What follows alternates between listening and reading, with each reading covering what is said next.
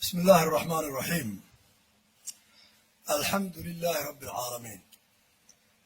إلهي بقى محضه ما أنت نقسمي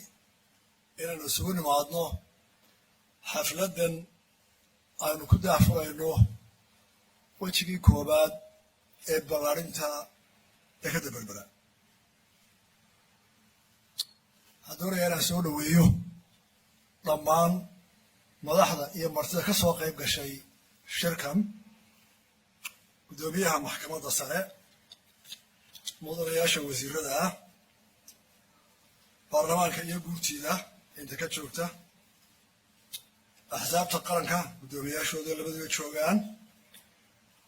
وفتي إثيوبيا كم ذي اللي بدو وزير أحمد شيء قوضع وزير الجديد كأه وفتي كسوق دي بي ويل وهجامينيو قدوميها دي بي ويل أحمد سلطان وفتي كينيا كسوق كم تهاي حلبانكا أما إمبيغا آريال أودينغا قبديسي أما إنتيسي هجامينيسو أو أساحيل وين وسومالي لان برايم مينستر كي هو جيني بيساو دمانتين waxaan kusoo dhaweynayaa ka qaybgalka xafladda lagu furayo fiiskii koobaad ee magaalada Berbera maanta waxa maalin weyn oo taariikhi ah oo u ah dadka Soomaaliland iyo geeska Afrika iyadoo aynu goobjoog ka nahay furitaanka ballaaran ee lagu casriyay dekedii Berbera oo ay maalgelisay shirkadda DP World ee ay leedahay dowladda Imaaraadka Carabta waxa kale oo suurtagelinaysa arrintaasi ma aha oo kaliya in dekedii la furay waxay ka dhigaysaa Somaliland dal hogaamiya shaqada dekedaha noqdana boobayac mushtar oo u dhiganta Singapore ama Dubai mustaqbalka soo socda hawsha inoo qabsoontay waxay kor u sii qaadaysaa horumarka dhaqaalaheena soo jiidashada maalgashiga caalamiga ah iyo shaqo abuurka dalkeena waxaan uga mahadnaqayaa dowladda Imaaraadka Carabta oo ku dhiiratay inay adduunka intaa la geliso dalkeena Somaliland iyada oo waqtigaa ay dowlado badan ay ka hor yimaadeen oo duufaano coladeed ku kiciyeen in aan la dhisi karin dekedda waxaa si gaar ugu mahadnaqayaa suldaan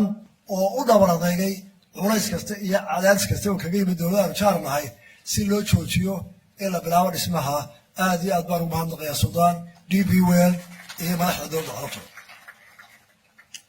waxaan u mahadnaqayaa wafdiga Ethiopia ee wasiirada hogaaminayaan iyo wafdiga ka socda dowladda Soomaaliyeed madaxweynaha hogaaminayo oo inoo muujiyay inay yihiin dad ay naga dhaxayso wada shaqayn jaar wanaag isdhexgal iyo inay iskaashadaan mustaqbalka fog inta aynu ku umanahay labadan dal ee Ilaahay walaaliyay waxaa kaloo mahadnaqayaa dhammaan macaamiisha dekedda Berbera kuwa gudaha iyo kuwa dibaddaba mahadnaqa kadib inaga reer Somaliland maanta waa inoo farxad oo waxaan furay dekedii waxaase ayna furay culays badan oo ah inaynu u adeegno dalalka aan lahayn dekedaha ee u baahan inay dekedda isticmaalaan ee ugu soo horeeyo dowladda deegaanka Soomaaliyeed iyo Ethiopia oo dhan iyo inta ka shaqeysa xilkaasi waxay nooga baahan yihiin mas'uuliyad culus oo ugu horeysa soo dhaweyn ilbaxnimo shaqo fiican waayo noloshu waa tartan dekeduhuna way tartamayaan dekedda waxa qulay hirgelaysaa marka la helo deked waqtiga ugu yar kaga dejin karta marabka ee geyn karta halka looga bahaa waa ta koobaad midka qaaliya marka dekedda laga shaqeeyo waxaa loo baahan yahay dad lala macaamili karo oo ilbaxa oo furfuran oo qofka yimaadeen baacuushka uu ku nasto ee aanu ku deeqadoona waa inaga doonaya waxaa inaga doonayaa ammaan gaariga halkaa ka baxee dhexda maraya haddii uu ku bajaro ama meel istaago alaabtiisa iyo dadkiisu inay ammaan ahaadaan hadduu sharci shay yaallo oo la yidhaahdo waa dhulkii ammaanka ahaa kartida ahaa ilbaxa ahaa ee wax laga iibsan karayay markaasaynu tartami karnaa xilkaasi aynaga inoo yaalo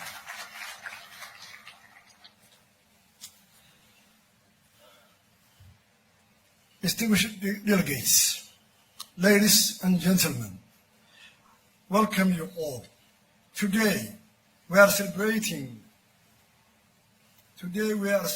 another key milestone of Somaliland's progress toward this economical development. As we are integrating Berbera Port Phase 1 expansion and the groundbreaking of Berbera Free Economic Zone.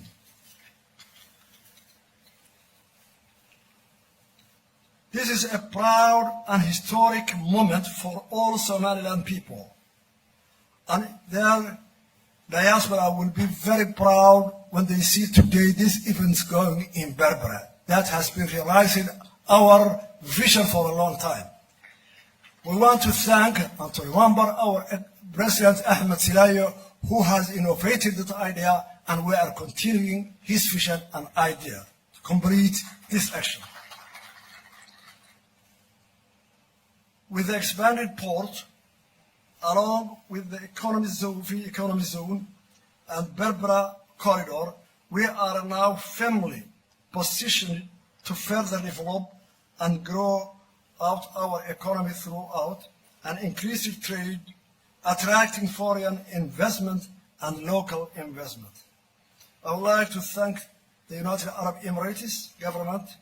for their support of Somaliland infrastructure section, ports, airports, and corridor.